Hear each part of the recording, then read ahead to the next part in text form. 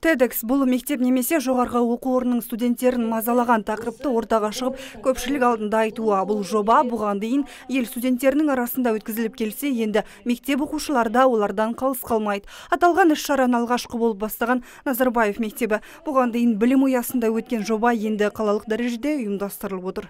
На самом деле, шындығында TEDx жобасы жайлы мен Назарбаев мектебіне келгеннен кейін ғана білдім. Басында оқушыларға ғана емес, өзімнің тың әрі ерекше дүние болып көрінді. Себебі біз балалардың көпшілік алдына шығуына үйренгенбіз. Олар ән айтады, билейді, тағысын тағы. Бірақ балаларды тағы қандай мәселе толғандыратынын, олардың нені айтқысы келетінін ойлай бермейміз. Жаңа идеялар мен тың тақырыптарды қозғайтын мұндай іс-шаралар оқушыларға керек.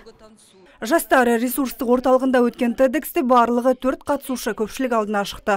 Олар жоғарғы сынып оқушылары. Бұқараны көбіне толғандыра бермейтін тақырыптарды қозғағандар өздерін күпті еткен сұраққа жауап іздеген. Мәселен, болашақта керексіз болып қалатын мамандықтар. Ізденушілер жойылатын мамандықтардың қатарына саясаттану, аудармашы саласын кіргізген екен. Одан бөлек жаңашылдықты ту еткен жандар психологиялық жедел жәрдемнің не екенін сұрады.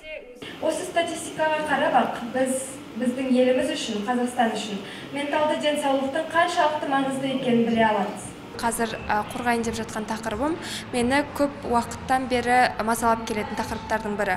Және менің мақсатым осы өзімнің зерттеген тақырыбымды баршаларға, көрермендерге жеткізу және өзімнің тақырыбымның маңыздылығын баршаға түсіндіру болып табылады. Менің ойымша, менің тақырыбымнан кейін, менің жалпы сахнадағы көріністен кейін, жалпы көрермендер өздеріне психологиялық денсаулықтың қаншалықты маңызды екендігін түсінеді деп ойлаймын. Шымкентте өткен мектеп оқушыларының TEDx'іне Назарбаев мектебінің оқушыларынан бөлек орта білім ұясының шәкірттері де қатысты. Алдағы уақытта ұйымдастырушылар жоба ауқымын кеңейтуді жоспарлауда. Ауыл аймақта да озық ойлы жастардың бар екендігін ескерген жетекшілер ендігі TEDx'ті облыс көлемінде өткізбек.